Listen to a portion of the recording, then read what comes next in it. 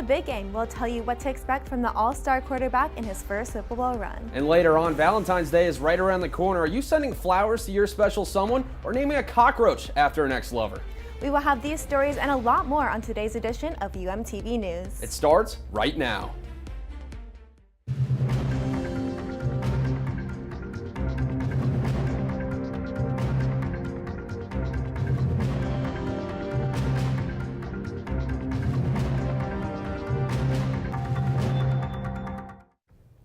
Hello and welcome to UMTV News. I'm Brendan Riley. And I'm Valentina Pope. Thank you for joining us. Masking in schools is no longer the law of the land in Illinois after a judge ruled against the governor's orders. Now school districts are scrambling to figure out policies as passions run high on both sides of the debate. And you're sitting here causing a scene like this with no mask on? Tonight, an emotional school board meeting in Niles. It's hard on the students, the changes, back and forth, back and forth. Some parents pressuring District 64 leaders to unmask their kids after a downstate judge put a temporary restraining order on the governor's mask mandate. Over the Fox River, the heavy weight of the mask debate played out in Geneva. District 304 parents protested for masks to come off their kids, and late tonight, the district says masking is now optional. Today is truly a very emotional day for us. Monica Casey's daughter, Alyssa, a student at Barrington High School, walked into class today with her mask off. Masking is now recommended, not required. Barrington was included in the lawsuit. And it certainly has taken a toll on our children. Basically, we are just looking for choice. Judy Benson lives in Deerfield. Her kids in District 109 and 113 were not part of the lawsuit, but she believes mask mandates don't belong in the classroom. My hope was that the school districts that are not named would still do the right thing and offer parents a choice. If we had a typical family without an immunocompromised child, things might be different. Holly Erdman's son Riley depends on his classmates and teachers to wear a mask. He's immunocompromised, and while District 302 in Kane County still requires masks, Erdman is worried the policy isn't being enforced, leaving her with some tough choices. The state's attorney general has filed an appeal of the temporary restraining order. For now, many districts, including Chicago Public Schools, are sticking to their required masks. The mask mandate is in full force at the University of Miami, along with a lot of other regulations, and it's a much different start to the semester for spring admits because of housing shortages on campus. UM has put a number of spring admits into surrounding hotels, including the Dadeland Marriott, which is 3 miles down the road off of US 1, and as well as the Thesis Hotel, located across the street from the Coral Gables campus. Students do receive some benefits, including $45 a day for food deliveries, having the rooms cleaned, but many of them are not happy with the arrangements. And we're all spread apart everywhere. So like your next door neighbor could be like a hotel guest. So it's like a little tricky to meet people. They gave us $908 off room and board, which isn't that much considering how much we're paying, but it's something, I guess. While Briggs and many UM students find themselves off campus, on campus in the freshman dorms, study rooms have been converted to additional dorms. And now even at the Richter Library, there are plans to have dorms put in place because of overcrowding for this semester. Each year, February is dedicated to Black History Month, and this year, UM students choose a current and more important theme. Black History Month began in 1915. UM students are keeping the tradition alive while adding to the awareness. UMTV reporter Annalise Iraola covered the event and joins us in the SOC courtyard with more. Thanks, Valentina. The opening ceremony for Black Awareness Month was last Friday at the UC patio. I had the opportunity to speak with students who were excited to have a great time together in person and to celebrate a cause. The University of Miami celebrated the start of Black History Month. So today is our opening ceremony, so we start with our annual cookout. So come down here to get some drinks, cookies, pasta, pizza, and we're gonna turn up. A large turnout of students came for the opening night. This year's theme, Keep the Fire Alive, was chosen to reignite the fire the Black community lit during the Black Lives Matter protests. This opening ceremony brought together students of all backgrounds for the same purpose, to bring awareness to the Black community on and off campus. It's nice to have an in-person experience, especially after all this time being away for the pandemic and everything like that. So it's definitely nice to see everybody, having a good time so far. Great company, Miami weather, good food, and music made this kickoff event a hit. students danced, ate, and celebrated being together in person again. The Black Awareness Month Committee has several other events planned throughout the month of February. I just really like seeing all the beautiful Black and brown students that come out to celebrate, and also just seeing the non-Black and brown students coming out. You can see behind me, when we get together, it's just a good old time, people dancing, getting together, good vibes, networking, so I just love it. For more information on how you can get involved for Black Awareness Month at UM, visit the Multicultural Student Affairs page on the university's website. The next event is Black Faculty and Staff Networking on February 15th. Reporting live for UMTV, I'm Annalise Iraola. Thank you, Annalise. One family is seeking justice after the death of their relative. 22-year-old Amir Locke, who is Black, was shot to death last week in Minneapolis during a raid on his apartment. The police entrance was known as a no-knock raid. This has led to hundreds of people protesting across the city, raising the question on the lawfulness of this practice. Our family is not naive. So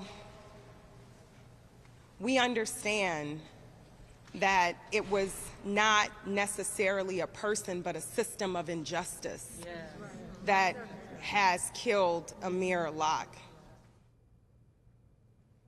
The interim police chief of Minneapolis says the body camera footage is under review. This comes nearly 2 years after the death of George Floyd by the same police department. 2 Michigan parents are charged with involuntary manslaughter. Their son is accused school shooter Ethan Cumbley. 15-year-old Cumbley shot and killed 4 students at his high school in November. James and Jennifer Cumbley were in court for a preliminary hearing. The parents gifted their son the gun and that he used during the school shooting. Ethan Cumbley is expected to plead guilty to murder charges.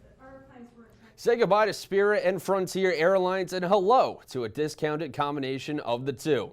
The two airlines announced on Monday a $6.6 billion merger. This would make it the 5th largest airline in America. The new look and name of this airline is still undecided, but the company's executives guarantee travelers that airfare prices will remain ultra low. Well, hopefully the weather won't cause any issues out of South Florida for those traveling by air this week. Let's hope for the answer to that. Let's check in with our weather correspondent, Jackson Dill. Hey guys, it's very nice and mild out there right now with temperatures in the 70s, 77 right now into Miami, but 58 thanks to a cold front over into Fort Myers. So it's a very split difference right now across South Florida. Radar is active right now with some showers, some heavier thunderstorms across parts of South Florida.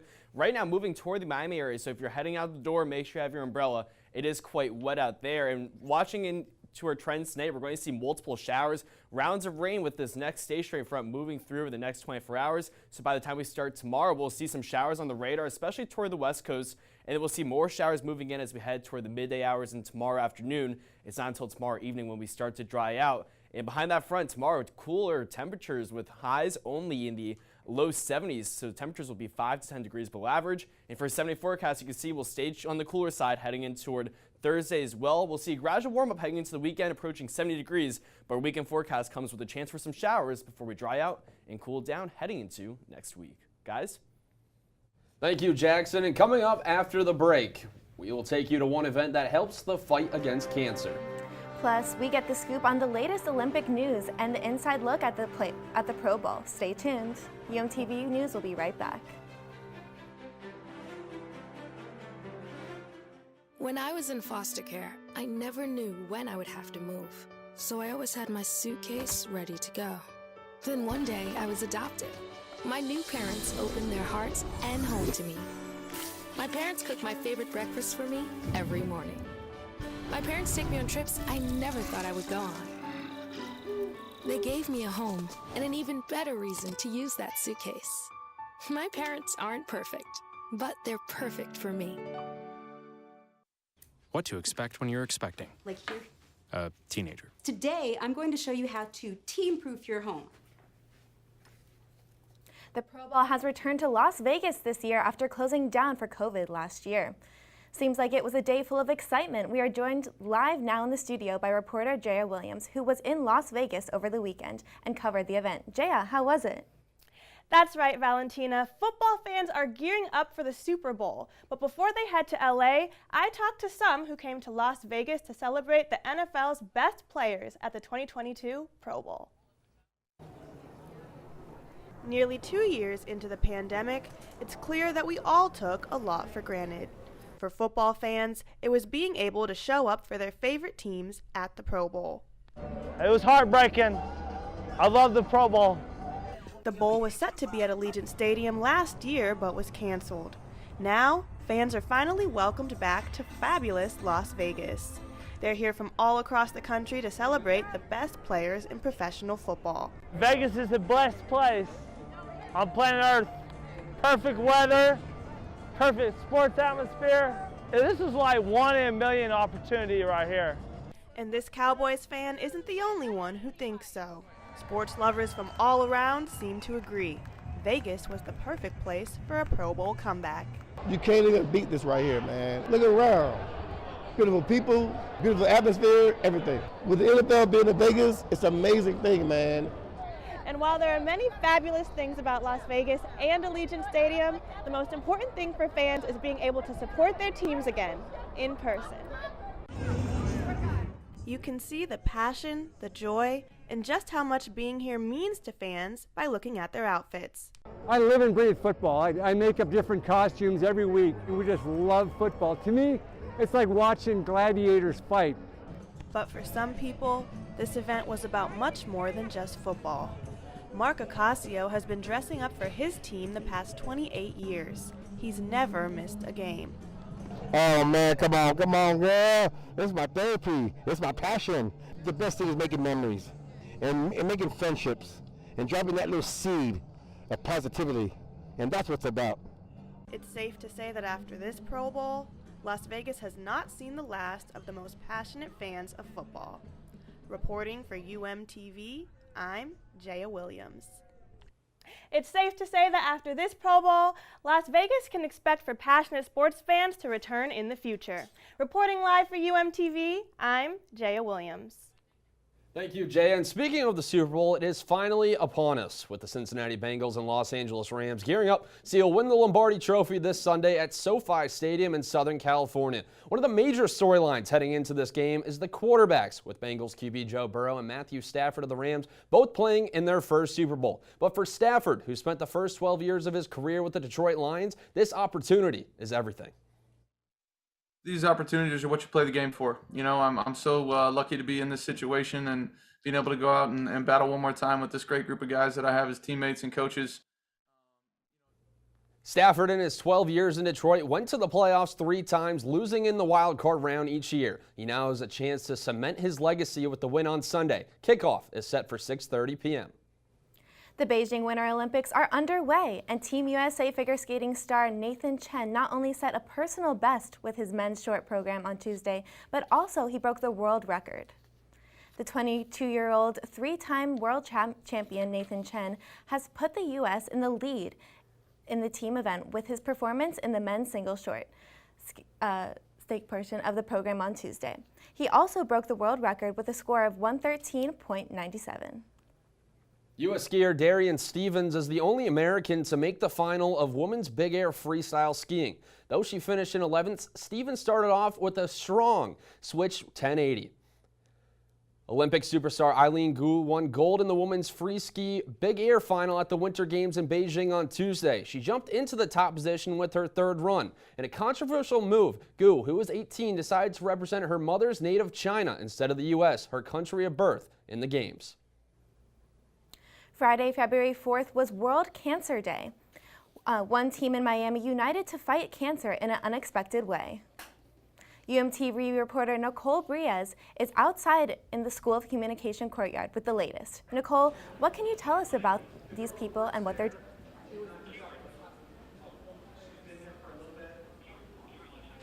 On Saturday, February 5th, 33 people in Miami spin their way at the YMCA South Dade Family Center to raise money for a good cause, and I went to check it out. Miami local Anna Brown came to the YMCA South Dade Family Center ready to spin for a good cause. I lost my father to lung cancer about 7 years ago. So this is my second year participating in DCC, so I just want to kind of give back and hopefully one day find a cure. Anna is one of the dozens of members of the Team Hurricanes at the Dolphin Cancer Challenge, whose mission is to improve people's lives through financial support for innovative cancer research at the Sylvester Comprehensive Cancer Center in Miami. We have a lot of different people that are here. We've got people from WOW Marketing, we've got some staff and some doctors from University of Miami that are here spinning with us. We have YMCA members and just other friends of the community that kind of came together, and just a group of people that chose to spend their morning with us helping to raise money to fight cancer. Team Hurricanes participates at the DCC year-round for the UM community, family, friends, and for survivors everywhere. The Spin for a Cure is the DCC's second annual event. It actually started in COVID last year, so we were looking to kind of bring more awareness to the community of what the Dolphins Challenge Cancer was, what Team Hurricanes meant, and we pulled all the bikes outside into the parking lot, and we had 36 people come out and spin with us then, and now we're just making it a yearly thing. And anyone is welcome to join. What I say is you don't have to have cancer to be a cancer fighter. So these people, all these people here, they are here, supporting such an amazing cause, and they're fighting cancer with us. The event helped raise more than $1,300 according to DCC Corporate. The next DCC event is scheduled for Saturday, February 26th at the Hard Rock Stadium. Reporting live for UMTV, I'm Nicole Brites. Thank you, Nicole. And coming up on this edition of UMTV News, the Academy has announced the nominees for this year's Oscars, and one actor broke some very special records. And how can a roach help you get over your past relationships? Find out after the break. What to expect when you're expecting. Like here. A teenager. Today, I'm going to show you how to team-proof your home. First step, hide the car keys. Preferably somewhere they would never look. Challenges will come up. Be ready for them. Hi, honey. I'm ready for the... Mom, you don't use mannequins in the mannequin challenge. You don't have to know it all to be a perfect parent. Thousands of teens in foster care will love you just the same. It's that time of year again. Nominations for the 2022 Academy Awards are in. Denzel Washington breaks the record for most nominations by a black actor. Washington has a lot to be proud of throughout his career. The Oscars are set to air in March, and I know that many of us are excited to tune in and see our favorite actors walk the stage. Ever had a bad ex that you just can't get out of your head? Well, 2 Texas zoos are using roaches to help people get rid of unwanted baggage from past relationships. Visitors can now participate in a fundraiser and pay to name a roach, rodent, or even a vegetable after a past lover and watch it get devoured. Participants in the fundraiser will even get a certificate and a video of their ex being fed to one of the animals. The event takes place once a year around Valentine's Week in an effort to raise money for wildlife. And speaking of Valentine's Day, what's your favorite candy? According to one study, your state could determine your favorite sweet snack. The list shows the top-selling Valentine's Day candy from each state. You've got Hershey's Kisses representing Texas, and Candy Hearts in California, and a bunch of other Valentine's Day favorites that I've never even heard of. Thank you guys so much for watching today. Well, that was an absolutely. I don't know what my favorite Valentine's Day candy is. Maybe Skittles, but I mean, what's yours? Honestly, Valentine's Day is my favorite holiday, being it's my namesake day, so I love all Valentine's Day candies. Well, that will do it for us this week in this week's edition of UMTV News. Thank you so much for watching. Have a great evening.